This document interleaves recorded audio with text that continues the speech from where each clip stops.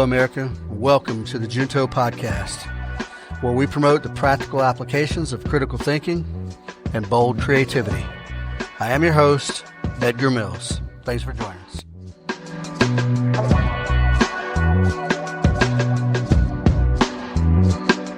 Hello, America. Welcome to episode 15, simply entitled Death. Yep, so this time I want to share some thoughts and even a few feelings with you guys on the topic of death. And specifically, well, no, not specifically. We'll talk a little bit about, when you lose homies in combat versus when you lose family members and things like that. So, so let's get to it. Let's start. These days there are different ways to go about burying someone or getting someone in the ground or cremated or whatever. And different people sort of celebrate I don't think celebrate's the right word, but they do that differently based on, tradition and stuff like that. And so a traditional funeral service, for instance, there'll be a formal ceremony probably held at a funeral home or a church or someplace like that. And normally they'll do like this open casket viewing. And I know people have done that for years and years, and I think that goes back to like the Civil War, perhaps.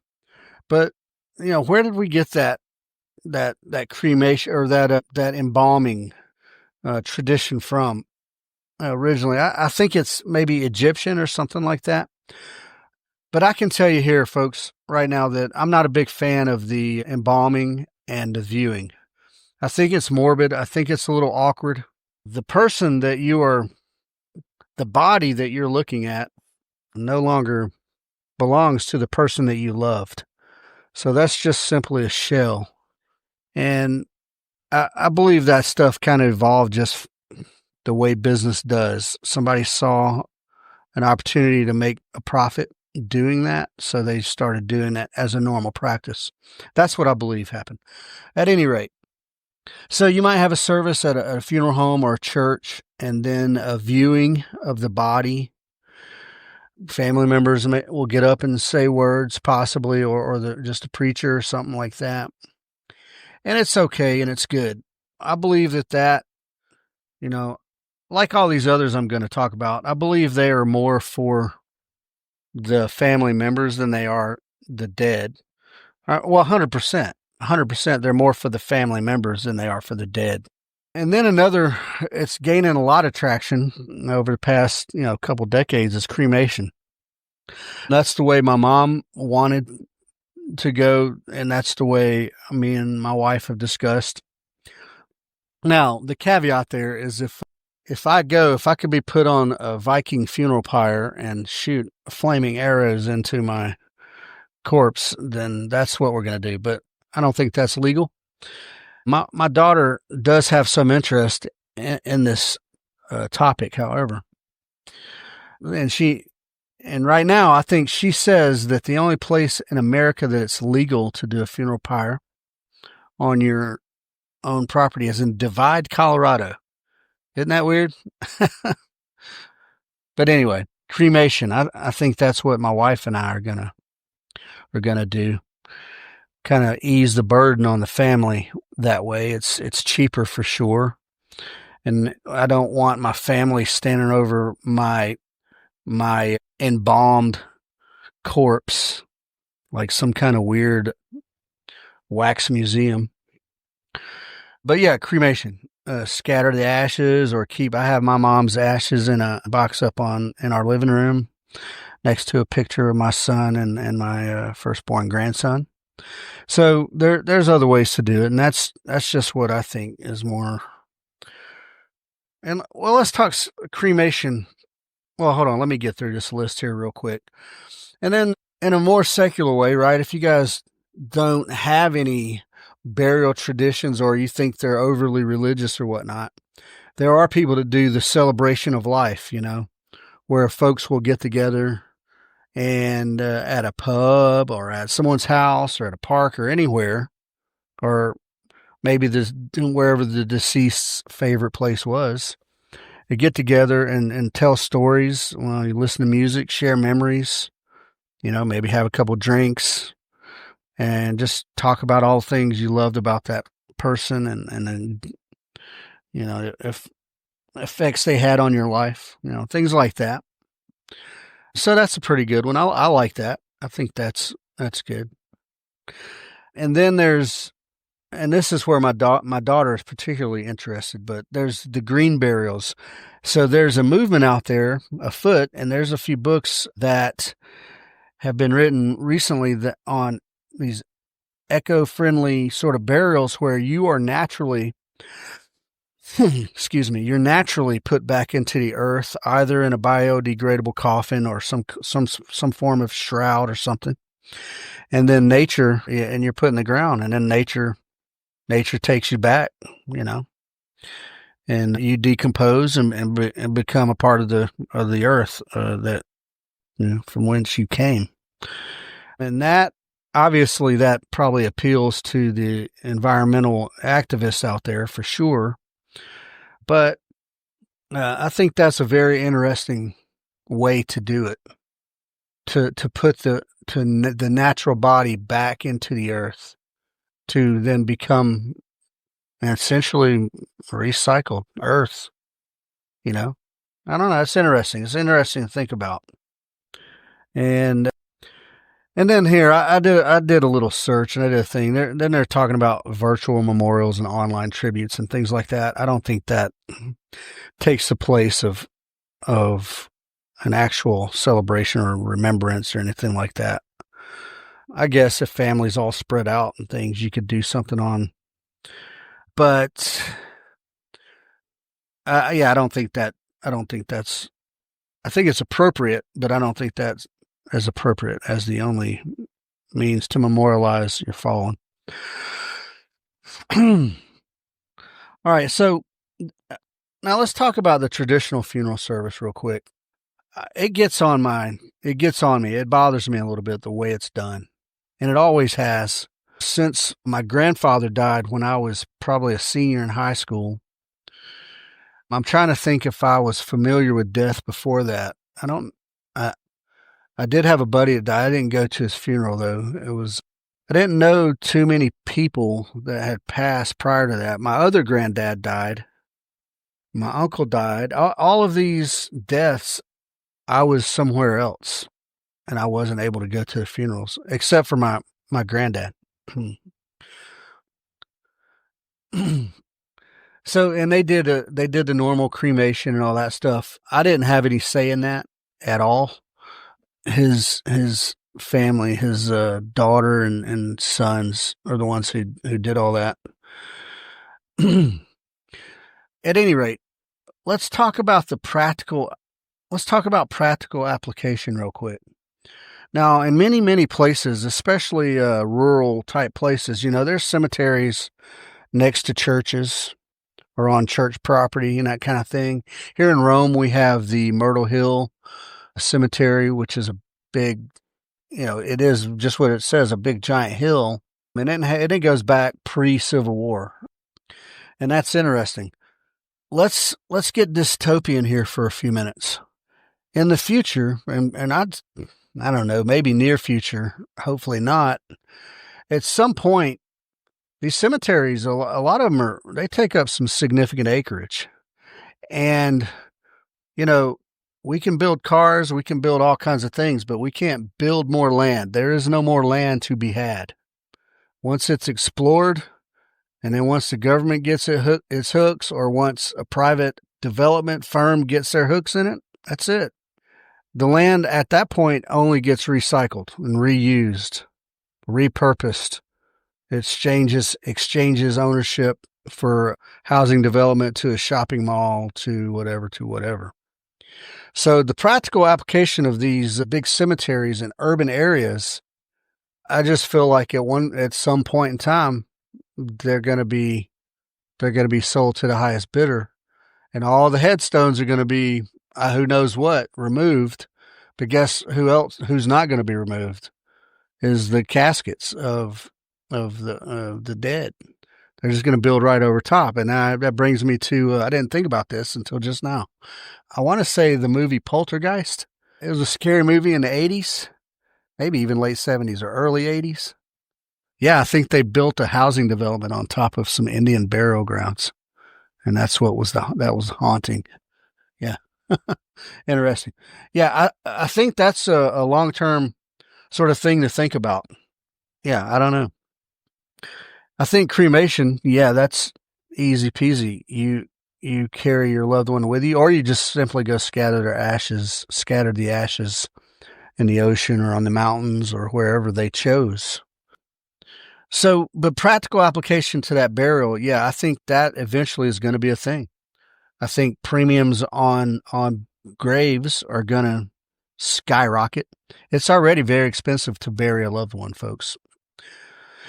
It's already very expensive to bury a loved one as it is, let alone when real estate prices start skyrocketing, even more than they have.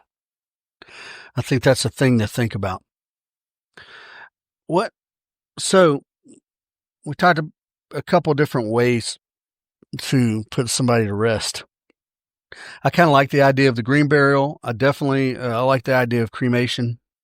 And the celebration of life can be done however you do that, right? Virtual tributes can be done no matter how you do that. But I think the green burial, the cremation, I think those are the two ways to go. So at any rate, let's get back to traditional funerals here. My Aunt Pat recently passed away, Aunt Patricia Mills. And I'd say she had a difficult life. I'd say the Mills family in general, especially back in the older days, 70s and whatnot, had a pretty rough go of it. We were all brought up on the low end of the economic spectrum, for sure. But I'm about to get into some personal stuff here. At the funeral, and it was an open casket viewing and all that stuff, and I didn't mind that. I mean, I don't care for it, but I simply didn't go up and look at the corpse. At any rate, a funeral, it can be a solemn sort of place to, sort of atmosphere. But here's the news, folks. I'm about to give you some lessons that you can take away, right? When you go to a funeral, turn your friggin' cell phone off. Yeah, turn your cell phone off. Don't just turn notifications down or don't just do what you think was bare minimum so that it might not go off during the service. Because there was an incident at Pat's funeral, and I'll go ahead and tell you, I was the culprit. I wasn't the culprit with the cell phone. I was the culprit of the near incident. Because the guy sitting next to me, his phone went off 3 times. 3 times, folks. Now, I'm not going to elaborate on this guy too much, but to tell you this, he wore Crocs to a funeral. Yeah. So, if you don't have enough respect to put on a regular pair of shoes and to turn your cell phone off, don't go, man. Don't go. Nobody's going to miss you. So yeah, in a very plain spoken, well, in the way that I do, I simply told him if he didn't turn his phone off, I would beat him to death. And he turned his phone off. But not before 3 different notifications went off. Turn your goddamn cell phone off at a funeral. All right. As I get older, I think about it a little more. My own mortality. My wife's thinking about it more and more. My wife has MS. And she has, random issue. MS is a very unpredictable thing. And so it causes her to think about things a lot. I can tell you this, though, as an older person with children, not even with children, just with family, the best thing you can do is prep. You do the preparation yourself. It sounds morbid, I know, but get life insurance, at least enough to cover the expenses and things like that. Don't leave your family holding a bag for $10,000, $12,000, $15,000. prep, make a will. You might not have anything, but I'm sure, for most people, it's about the sentimental things. It's not necessarily about the stuff. And, they want to leave sentimental things to certain people and things like that. Make a will. Take the guesswork out of it. Now, I know, generally speaking, people don't like the idea of having to think about making their own will. But I got news for you. In the Army, we had to update our will every time we deployed. Yeah. You got 20-year-old kids sitting there writing out their will and their death plan and where they want to be buried and what music they want playing at their funeral and all those things. So what that does to young couples is forces conversations that wouldn't otherwise be had for 25, 30 years. So I'm not saying that to be flippant about it. I'm just telling you, it's not too early to be thinking about it. It's not too early to be thinking about it. And folks, I'm telling you right now, life insurance is absolutely critical. Even if you can only get a $10,000 policy, whatever, life insurance is critical. All right. I'm sorry. I had a little technical difficulty there. Prep. Make your will, especially if you got kids or a lot of kids. Make your will. Make your will out. Name names. Social Security, the people who you want to handle your business. Name an executor. It kind of defaults to the spouse, or if there's no spouse, then the oldest child as the executor, or an only child. If there's multiple kids, you gotta go claim that. You got to go up and say, I am acting on behalf, and you have to go to probate court and all those things. And these are a bunch of things that, as responsible older adults, we can settle so that our kids aren't out there struggling to try to figure it out. Because let me tell you what trying to figure all that stuff out does on the fly is that it bumps aside the grief, right? You don't have time to sit and think about the loss of your mom or dad because you're out here trying to go to this office and that office and get this signed and that. And you're trying to figure that out, and you're trying to deal with the cemetery. You're trying to deal with the funeral home, and you're trying to figure all this stuff out. Who's paying for what happens first, etc. And never mind where they lived, right? Now you got to go clean the house out and do something with their stuff. And you've got to, if they were renting, holy moly, now you got to pay this guy the last month's rent. It's just, there's a lot of stuff going on, folks. There's a lot of stuff, and nobody wants to think about it until it's time to think about it. And then it's a very stressful process. Whole lot of problem solving that you could have got ahead of.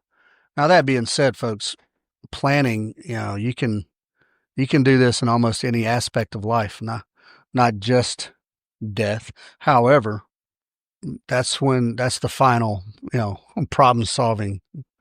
That's the final problem solving task right there, test, right? Can you organize your mom or dad's death without losing it and beating up family members? Look, I'm being a little funny here, folks. I'm not trying to be morbid about all this. I'm trying to give you practical things to think about, especially if you're, over 50, right? If you're over 50, these are practical things to think about. So prep, make sure you got life insurance. Make sure it's that they can find it. Make sure it's in a logical spot in a desk drawer or a file cabinet that is labeled life insurance. Yeah. Make sure you have usernames and passwords written down for various things like your bank or whatever online portal you have for your life insurance, for that matter. Your vehicle, if you're still paying on a vehicle. Your house, if you have a mortgage on the house. Yeah, all these things, the ones you leave behind are going to have to figure out. So help them out with that. Why not? So these funerals, I told the little story of this guy with the Crocs on at the funeral. Yeah. Now look, generally speaking, funerals, you know, people people cry. By the time you get to the funeral, this person's been dead for, 5, 6, 10 days maybe.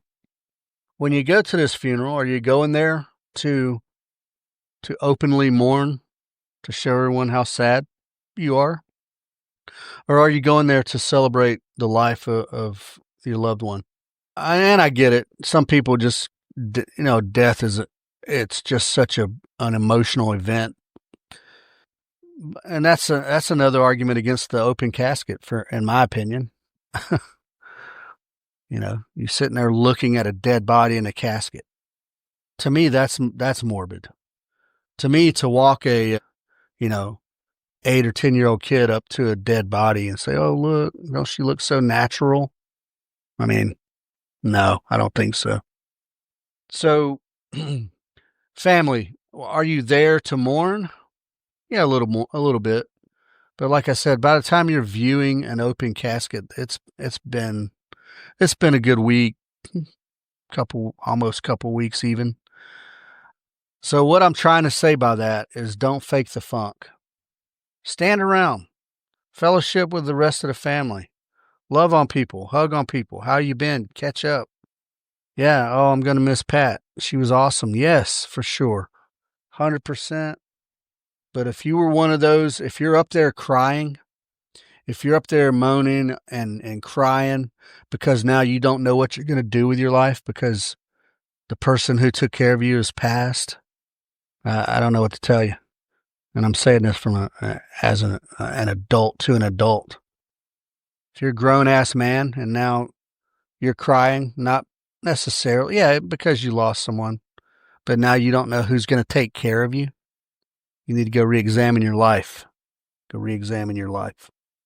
Yeah, folks, death, it brings out good, it brings out bad. Now, I've known people, well, close people actually, that may have had a little money and had some life insurance.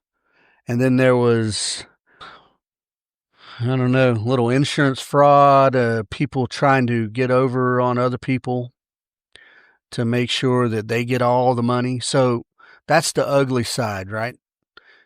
Never mind being rich or whatever, just having a life insurance policy that's got, 25, 50 grand on it. That's enough to bring ugly out in family members. Yeah, that's enough. And watch out, those types of people. Yeah, you have to watch out for those types of people who will let the money dictate how they act and who they're willing to screw over or who they're willing to lie to. It's so friggin' tragic, man. I mean, like, it's so friggin' tragic. It's unreal. So the good and the bad, death brings out good and bad in people. The family deaths especially. So as a person, over 50, it's not too early. I don't care if you're 30. It's not too early to get life insurance and to do a will. Actually, the earlier you get life insurance, the better, and to do a will. Because we all know, we've all lost people young, right? Motorcycle crashes or other things. It's not too early. Get ahead of the game. Make your will. Get life insurance. Organize your stuff that it's helpful in that time when people need the help the most.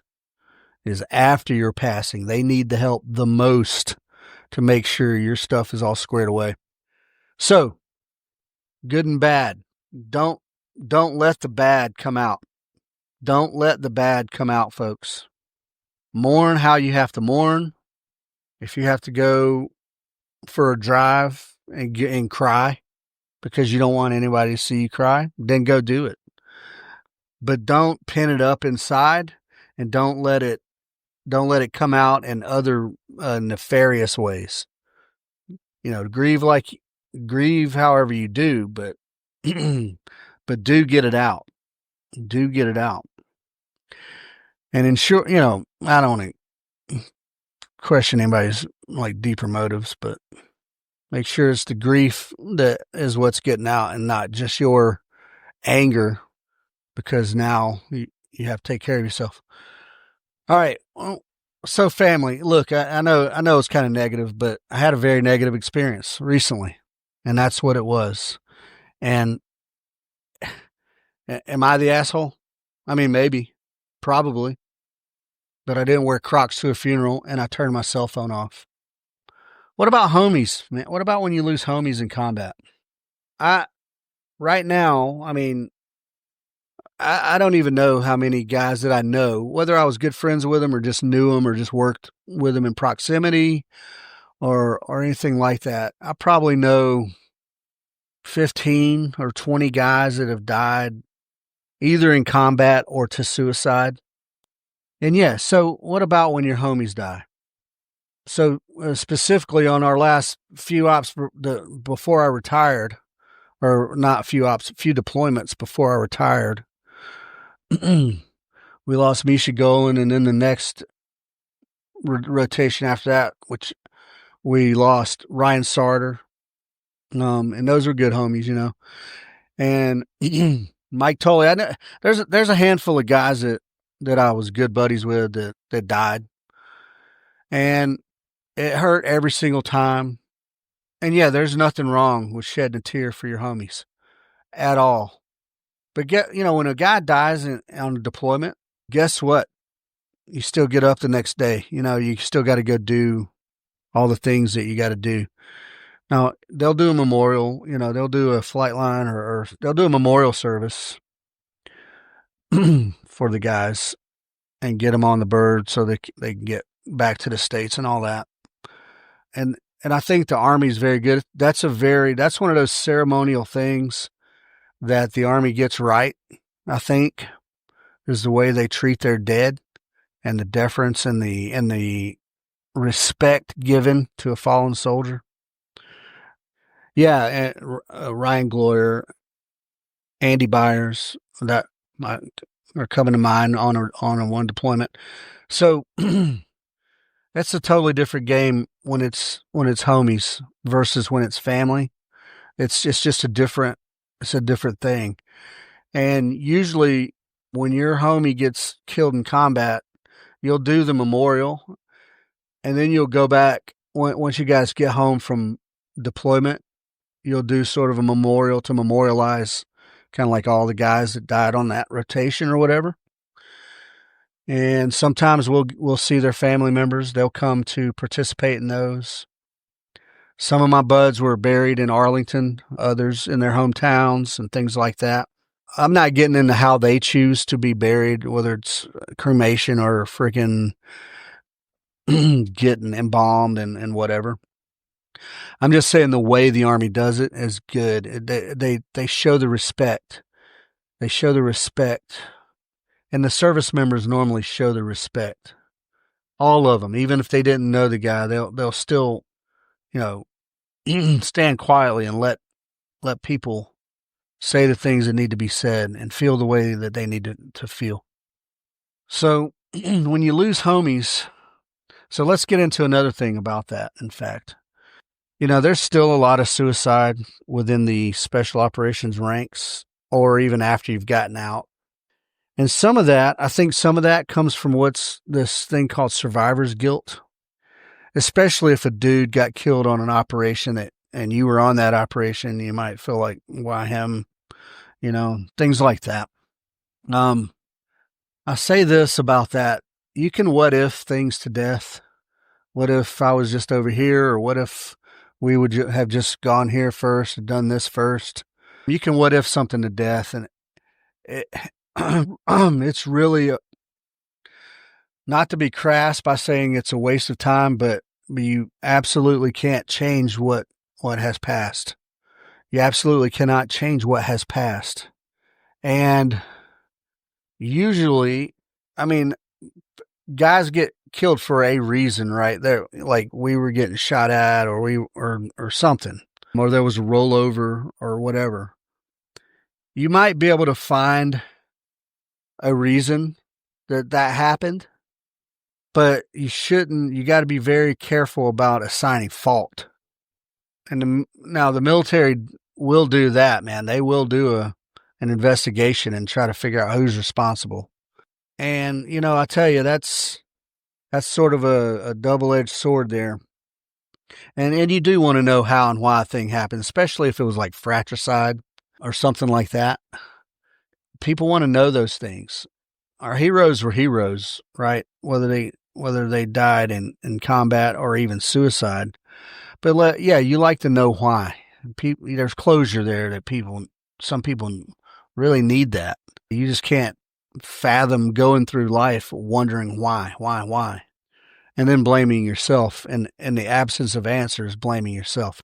So I encourage you, all of my military homies, to be mindful of that and get away from that survivor's guilt. Don't fall into that trap.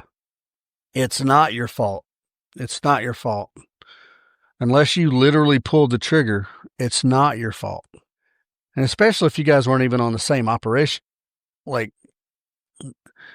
don't feel bad that you didn't get killed in combat and your homie did. Think about it this way. Do you think if your homie got killed in combat that he would want you to get killed too? Chances are no on that, right? I don't want my best homie. I don't want Timmy Haynes to be killed because I get killed too. Do you understand what I'm saying by that? So think about your homie who you lost, and don't have survivor's guilt. Be thankful that you're alive, because I know that your homie wants you to be alive. All right. Now, if you want to go make sure his kids are squared away and all that sort of thing, and help the wife, take care of the yard and that sort of thing. Yeah, do the things. They're not superficial. Any help is appreciated, I'm sure. But try to avoid that trap of the survivor's guilt, guys. Please, please, please. And, I don't know how much of that you can attribute to suicide rates, but I'm sure there's got to be some in there. I know a few guys who struggle with it. I know a few guys who struggle with that. I never did. And it's not because I'm a selfish a-hole. I have faith in Jesus and God, and I believe that things happen the way they happen for a reason. I don't have to know what that reason is. I may not even be capable of understanding that reason, especially if it's a divine reason. But I do believe things happen the way they happen for a reason. Whether it's who knows why, right? Who knows the divine reason why? But it's there. And you think, well, God, how does God make bad things happen? Well, God don't necessarily make the bad things happen. But good can come from it if you allow it, if you're open to it. You have to be very sensitive when we're talking about faith and things like that. And I'm no master here, and I'm just telling you what I think. You have to be very sensitive to what the Lord's trying to tell you in these times when your homies die or your family members die. You have to be very sensitive to what the Lord might be trying to say. There may be a lesson there that is profound. There may be some revelation that comes to you that's just blows your mind, that will change your life forever. But if you're not open to it, if you're too busy blaming yourself or someone else, and you're so overcome with grief and you're not handling it in a healthy way, you might miss the blessing that would have come from it. So just be mindful of that. The blessings can come from that. I know it doesn't seem logical, but it's possible, and likely even. I tell this story sometimes. We were getting ready to go out.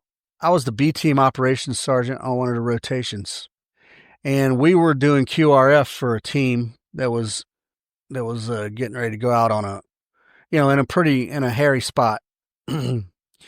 And we were getting ready to roll out, and we were getting jocked up in the talk, and then there was a support guy, and he and me we're still good friends to this day. But he on the way out, I was cutting a joke or something. I don't know what. We were laughing and cutting up on the way out to go to the airfield. And he stops me. He's like, "Hey, Ed, don't you ever get nervous about going out and doing that?" And without skipping a beat, without even slowing my stride, I looked at him, I smiled at him, I said, "No, man, I believe in Jesus," and kept moving. Because that's the way you have to think, folks. Now, that don't mean I'm going to go out into the middle of a raid and start acting a fool and think I'm invincible. But God gives us the tools we need to succeed, right? And if it is your time, I'm a strong believer that it is your time. So I'm not going to overthink that bit too much. I'm just going to go do my job to the best of my ability. And knock on wood, thank God, of all the deployments I did, I never been shot. So yeah, I think faith has a lot to do with not only the way you feel about your own mortality, but the way you handle it when other people around you, close to you, die. Yeah, it can be a traumatic, especially emotionally traumatic. I know that. I'm not minimizing it at all, folks.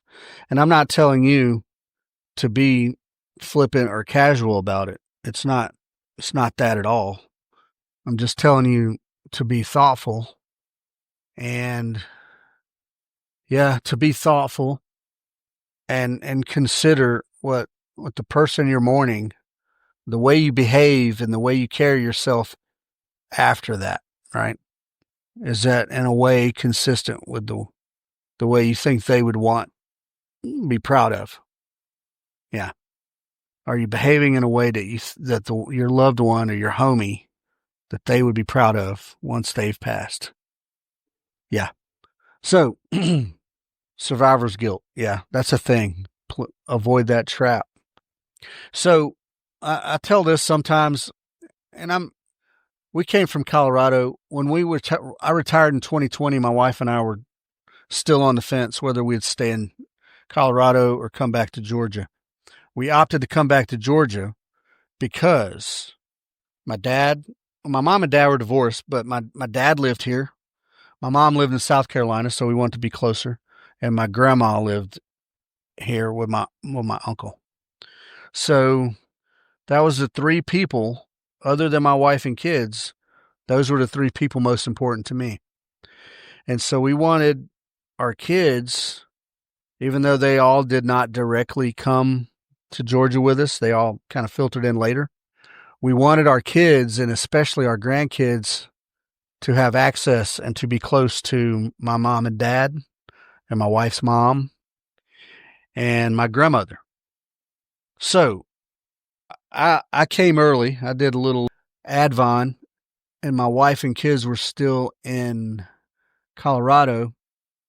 Is that correct? No. That's not correct.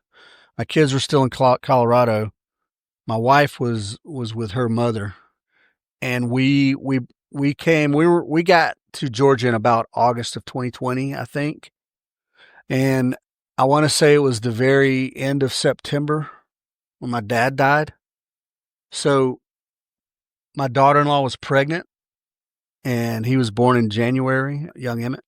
And so my dad, that broke me down a little bit, that my dad never had an opportunity to meet his grandson. And then it was maybe 3 months later, in December, my mom died. It was on her birthday, or the day before her birthday. And she died. And I remember my cousin Angie called me, and she was all tore up. She lived in South Carolina near my mom. And so again, yes, my mom was in poor health, and she was a hard living woman. But it tore me up. I felt immediately, I was like, well, she's no longer in pain, and her life is no longer burdened with what's going on here. But it tore me up that she wouldn't get to see her grandkid born. And then Emmett was born in January, and all that COVID nonsense. My grandmother was in a nursing home, and I think he was probably 6 months old or so, and we had a couple of opportunities for him to meet his great grandmother, and And then not long thereafter, she died as well. So fortunately, my mom's mom is still with us and happily married. She got married not too long ago.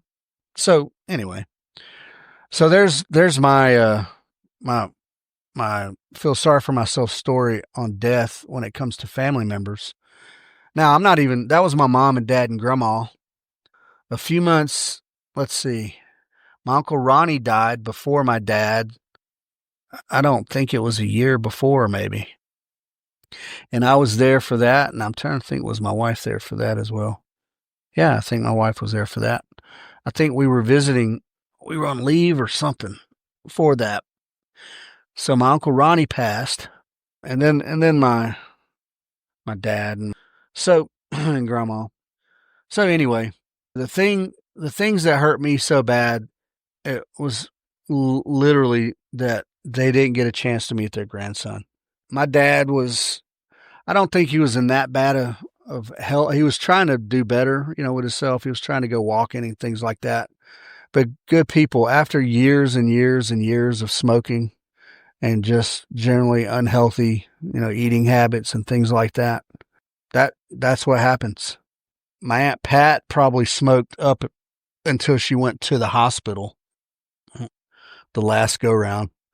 And probably even when they sent her home from the hospital, she probably even smoked. That was it. She was a diehard smoker. She was going to smoke, period. No matter what you say to her, and her mom as well. But I don't know. I think Mama Mills probably might have stopped smoking before her death. So yeah, my Uncle Ronnie. So my other grandmother died. I want to say, was it 18 or 19? Nah, it might have been 18 or 19. Then Ronnie died, and then my dad, and then my mom, then my grandma, and now my Aunt Pat. So, yeah, family death. And for each of those folks, I knew that they left their pains down here. I knew that they left their troubles down here.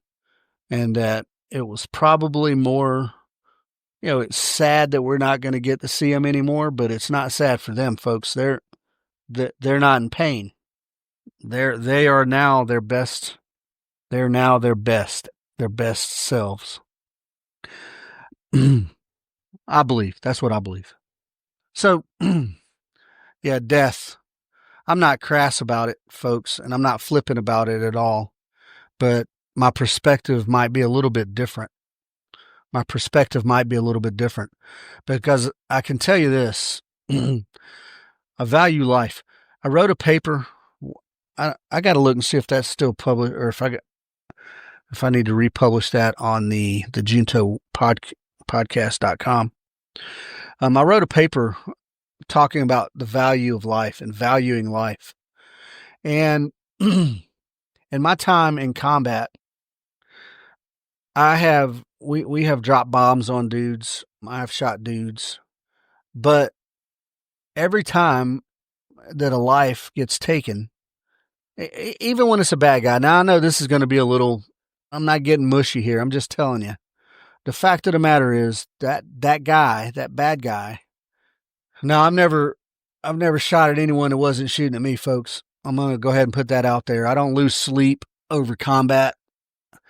I've never killed women and children. All right. I didn't walk around with a bag full of hand grenades blowing up randos. But every time someone dies, that's a life extinguished, folks. And in other circumstances, that person may have been, it was definitely someone's son, or daughter, definitely someone's child, possibly someone's parent and sibling.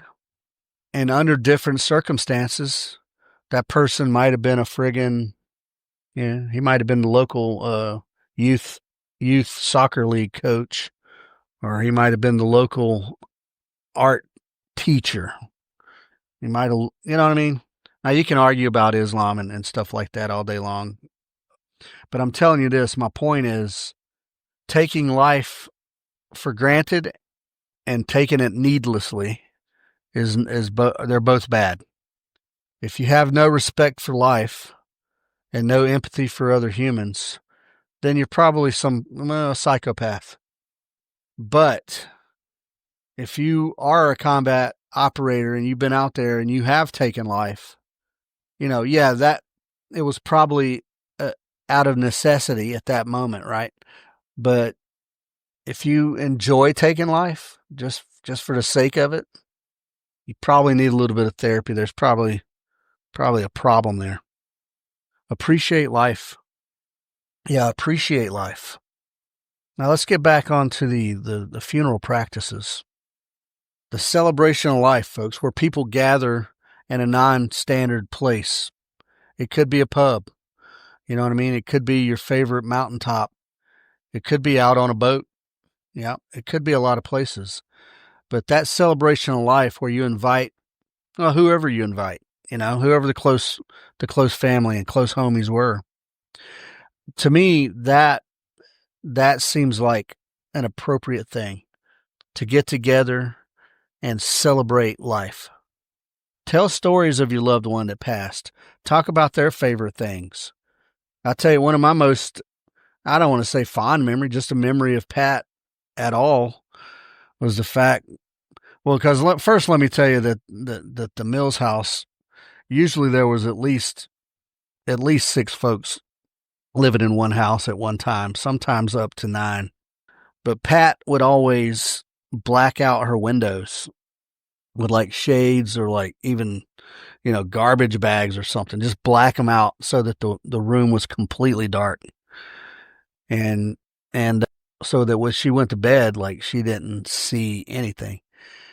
And then another thing that it is a funny memory about Pat, and this was throughout my childhood, by the way, is that she was horrified of spiders, even daddy long legs, even, harmless spiders. She was absolutely horrified. And all the Mills boys would always, they would always like toss a grande long leg on her or something. Yeah. Anyway, that was one of my fonder memories of Pat there. But a celebration of life. Yeah. That seems right to me. Play their favorite music. Talk about your favorite times together and the things they liked. Yeah. Be happy. Be joyous about it, and be joyous because, like I said earlier, they're no longer in pain. Whatever pain there may have been, it no longer exists. They're not tormented anymore by some of the trials of the world. You know what I mean? The world can be ugly, man. And some people take that to heart. A lot of the ugliness, some people take it to heart. Yeah, I think celebration of life, I think that's the way to go. I like that. I like it a lot. And then, like I said, in short of a Viking funeral pyre, then my wife and I are both, we choose to be cremated. And then the family can do whatever they like after that. Or just stick us up on the shelf, you know what I mean? Next to my mom, I guess. Anyway, don't be selfish. Don't be a selfish family member. When you go to a funeral, be gracious. Do what mourn the way you want to mourn, or be joyous even. Be the one joyous person in the crowd of mourners if you want to. But be respectful. But be respectful of other people's time. And be respectful of the deceased, that, you got your cell phone turned off. And you're not wearing Crocs and a pair of friggin' white athletic socks. What else? You guys got any opinions on that? So, here's something I didn't talk about. I talked about homies in combat, but I have a fair amount of police friends and acquaintances here in Georgia. And there was a fella, a cop got killed several months ago that one of my friends that knew him personally. And that hit him kind of hard, man. It hit him hard. I'm not telling you have to take death in the same way that I take death at all. Not at all. It's different for everybody, I know. But it does affect people differently. The only thing I would say is, it might hit you hard, but make something positive out of it, man. Make something positive out of it. Don't dwell in it, because that'll hurt you in the long run. Try to make something positive out of death. Now, I'm not going to name names. I know a guy here in Rome, and what I didn't know about him until later was that he lost a young son. And I don't know how old he was. When I say young, I want to say, maybe 7 or something like that. I don't know the details on it, because I don't want to, I want to know, but I don't want to sit down and just ask about it. But man, I can tell you this, if I lost one of my kids or one of my grandkids now, I might not be quite so cool and calm and collected about it. Initially anyway, I just can't even imagine. I can't even imagine right now. And I don't want to. I'm just, now that I'm thinking about it, like, oh my God, I don't know what I would do. I can't even imagine. I can't fathom that level of pain that I think I would probably feel. So I'm giving all this advice. I'm talking all this junk, but I'm telling you right now, if I lost any one of the 6 people that are most close to me right this minute, I would probably be a friggin' wreck. I'd probably be a wreck. Yeah. It hits people differently, folks. It hits people differently. Yeah. Think about it. Think about it. Don't dwell in it, and don't go dark every time somebody don't answer the phone call, and you think, oh my God, there's been an accident. Don't dwell in it, and don't jump to darkness, but do be a responsible adult and consider the things you need to do to prep for your death. Get that life insurance, folks, if you don't have it, so that you don't financially burden your family, and hopefully maybe leave them a little extra so that their living at least can be financially not a big problem. And then the will, do that up, man. Where do you want to be buried? How do you want to do you want to be cremated or embalmed, or do you want a Viking burial? Do you want to, you want us to put you on a Viking ship and push you out to sea and set it on fire? Or like the natives. My wife's, she's got native blood in her, and we talked about putting her up on a platform, and wrapping her up in the Cherokee cloth and all these decorative things, and doing that. If it's legal, folks, we're going to do it.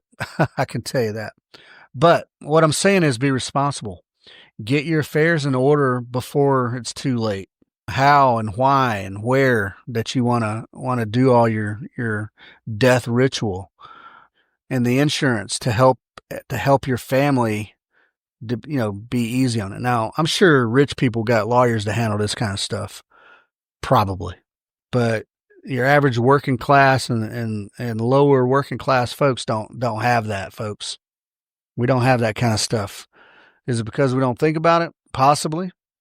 Is it because we know we have no generational wealth to pass forward, so it's not that big a deal? Maybe. But even then, just the cost of funeral expenses, that's worth the life insurance right there. That's worth the life insurance right there. So, I'm sorry that this was a somber episode, but think about your death. Get ahead of the game when it comes to the administrative stuff. And then think about the deaths that you knew of in the past, or even if you've recently had homies die or family members die. How did that affect you? Was it somebody really, really close, or was it just an extended family member, or what? Did you process all that in a positive way? Or did you go hit the booze and get sauced up and become a nuisance to everyone around you? I don't know. Think about it. Get ahead of the game, folks. Don't leave your family holding the bag when your time comes. And guess what? You don't know when it's coming. So be ready. Be ready, folks. Because if there's one thing that everybody on this planet does, what is it? Yeah, we're all going to die. Bill Gates is going to die. Elon Musk is going to die. So, be ready, folks. As ready as you can be. And I'm saying that on this administrative level. You might consider introducing yourself to Jesus if you don't know him. If you don't know Jesus, you might want to introduce yourself. And you might not. You might be whatever. Whatever you think is going to happen to you at the end of life. Who knows? The great unknown. That's what it is. But at least for the worldly part of that, be ready. Don't leave your family holding them back. Have a plan. Play some funny music at your funeral just to get a laugh. All right. All right. Look, I'm sorry that was somber, folks, but it was weighing on me. I'm sorry it was somber. So, if you got any comments on this stuff, I'd love to hear them. If you've got some homie combat stories you want to tell me, I'd love to hear them. If you got a family member recently passed or just passed years ago and you want to describe something that from that, please share. You can find me at Edgar Mills at ospreyshootingsolutions.com. You can submit questions, comments, and papers if you want to write a paper. You can submit that on thejuntopodcast.com. And what do we got coming up shooting wise? Osprey Shooting Solutions. We got a pistol workshop coming up, not next week, but the following week. And then we'll have a workshop the following week after that. And then in August, we have a pistol workshop, a rifle workshop, a pistol workshop, and a wild card day. Did I say wild card day for July? We got a pistol workshop coming up and then a wild card day at the end of July. And then a pistol, rifle, and a wild card in August. So those are good. Hey, there's a lot of bang for your buck there, pun intended. There's a lot of value per round. Those are inexpensive 4-hour training days that expose you to good stuff. We really focus, especially the workshops, we really focus down on specific fundamentals. And specifically for this next workshop that we're going to do, I want to say July 19th, that is going to be a pistol workshop, and we're going to be working from 25 yards and beyond. We're going to be working on visual focus, acceptable sight confirmations, and trying to push speed at distance. Yeah, we're trying to push speed even at those distances.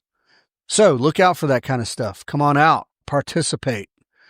As always, we do a free half day of training for local police agencies. And when I say local, I mean, North Georgia. I've got one agency, a fellow reached out from me from that agency, and those guys are going to come out and take me up on that real soon. And I'm excited to do it. What do we got coming up from two team guys is, I want to say September.